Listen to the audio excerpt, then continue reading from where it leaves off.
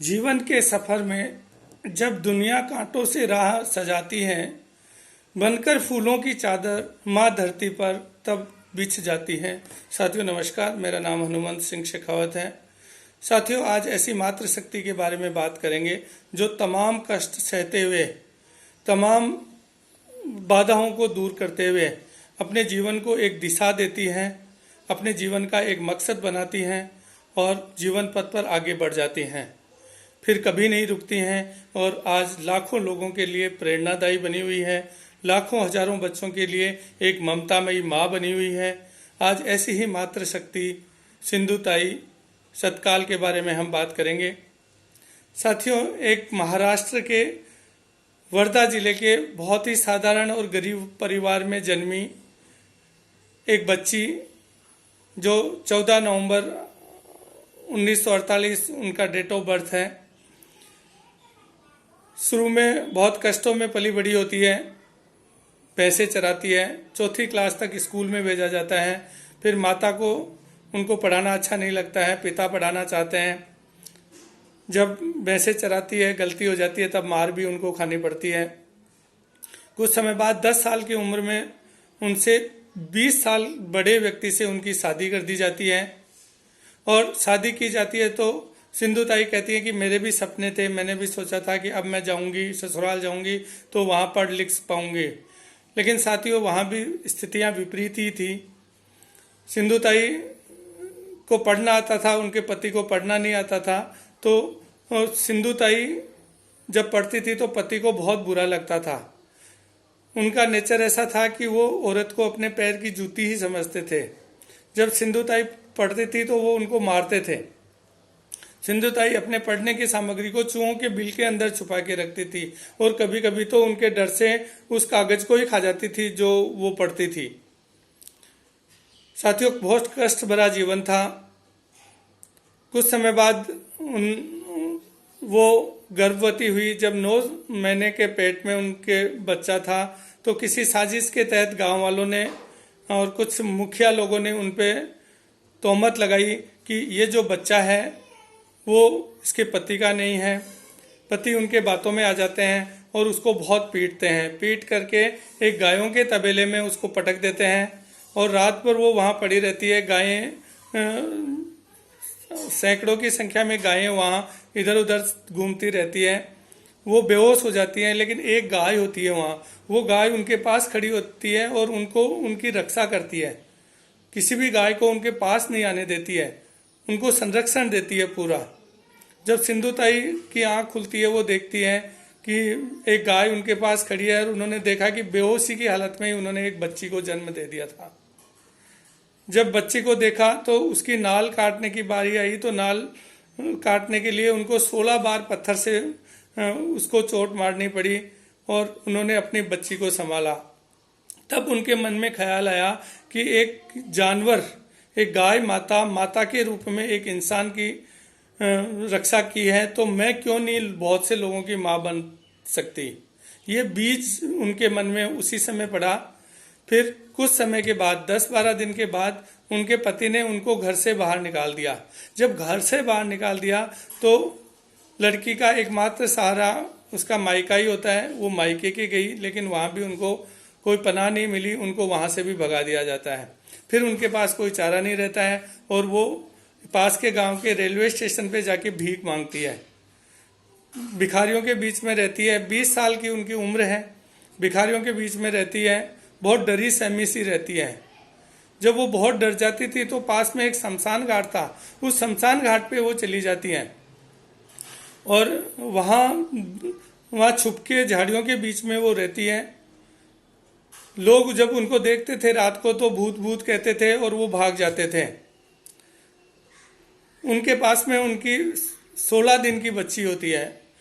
वो कहती है, एक दिन मुझे बहुत भूख लग गई और भूख लगी तो मेरे पास कुछ था नहीं खाने के लिए, तो मैंने देखा कुछ लोग चिता को जला के जा रहे हैं, एक शव को जला के जा रहे हैं और वहाँ कुछ आटा पड़ा हुआ था और उस आटे को मैंने एक मिट्टी के बर्तन में डाला थोड़ा सा पानी डाला और उसको घोल करके, और वहाँ जो चिता की अग्नि थी उस पर मैंने उसको आटे को सेका, और फिर मैंने थोड़ा सा मेरी बच्ची को खिलाया और मैंने उसको खाया।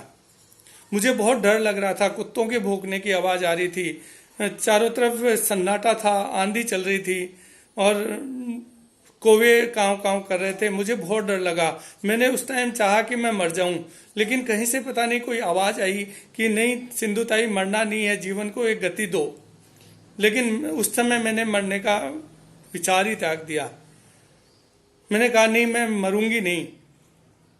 उन्होंने कहा कि मैं मरूंगी नहीं, और वो अपने भीख मांग करके अपना जीवन यापन करने लगी। वो एक कविता गाती थी। उन भगवान ने उनको एक टैलेंट दिया था कि उनको वो कविता बहुत अच्छा बोल लेती थी, वो भजन बहुत अच्छा बोल लेती थी। तो वो रेल में जब औरों को भजन सुनाती थी तो उसको भीख आसानी से मिल जाती थी।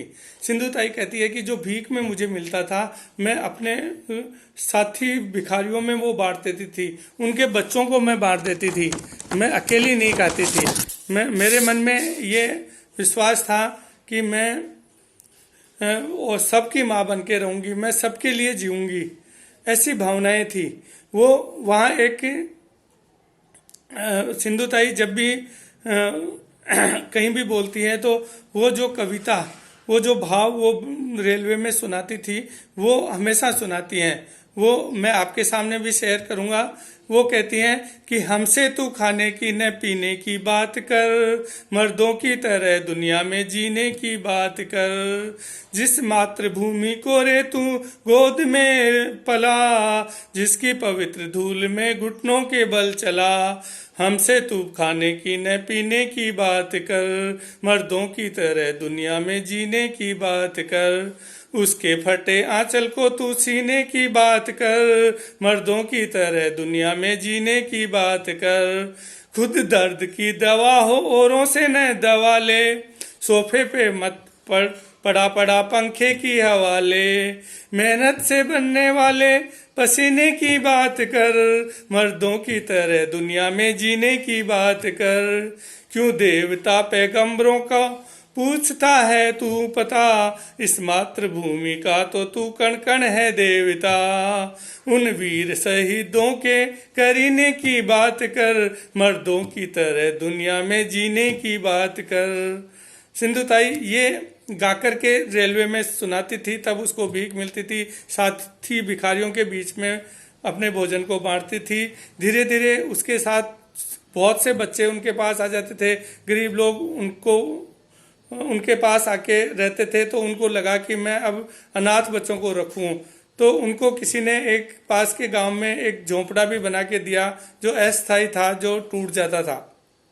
वो उनमें रहने लगी। उन बच्चों को खिलाने के लिए वो गाना गाती थी, उससे उनको भीख मिल जाती थी। इस तरह से उनका जीवन चल रहा था। आगे एक बार की वो बात बताती हैं कि भगवान है इस दुनिया में, निश्चित रूप से भगवान है। एक बार वो एक मंदिर में थी, रात को वहाँ भजन हो रहे थे।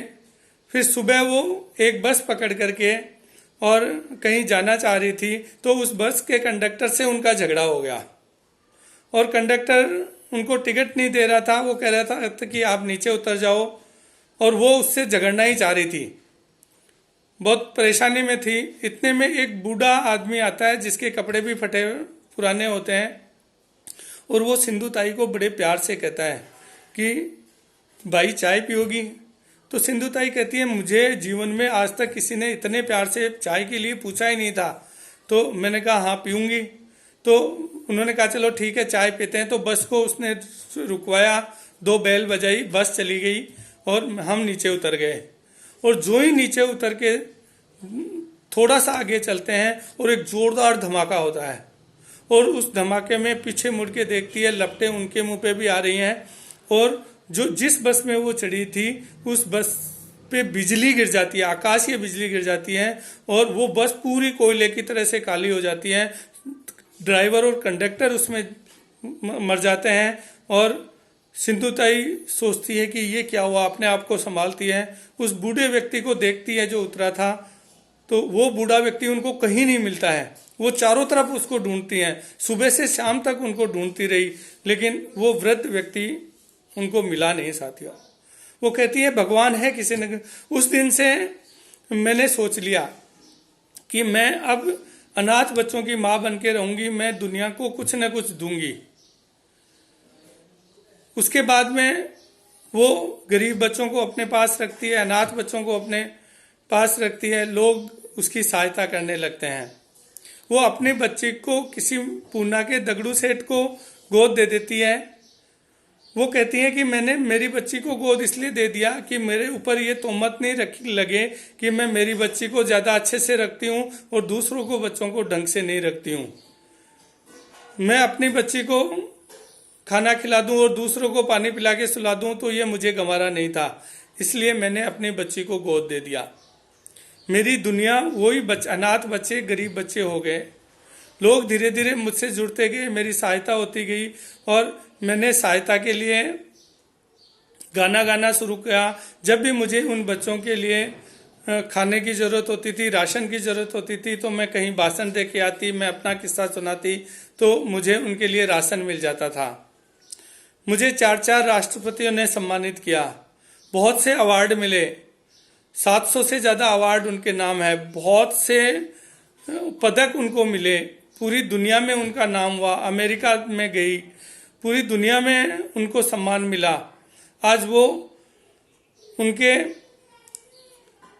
1250 से ज़्यादा दामाद हैं, उनके अनाथ बच्चे हैं, वो उनको अपने बच्चों से भी बढ़कर रखती है। जब एक बार उनका सम्मान समारोह हुआ उनके ससुराल में, तो उनके पति वहाँ थे। पति जब वहाँ थे तो वो रो रहे थे, तो सिंधु ताई कहती है कि मुझे उस टाइम अच्छा लगा कि वो रो रहे हैं, लेकिन तभी मेरे मन में ख्याल आया कि ये मेरे को उस दिन नहीं निकालते तो मैं आज इतनी बड़ी नहीं बनती, मेरे इतने बच्चे नहीं होते, आज दुनिया मुझे इतने बच्चों की माँ नहीं मानती। इसलिए उन्होंने कहा कि मैंने उनको माफ़ कर दिया।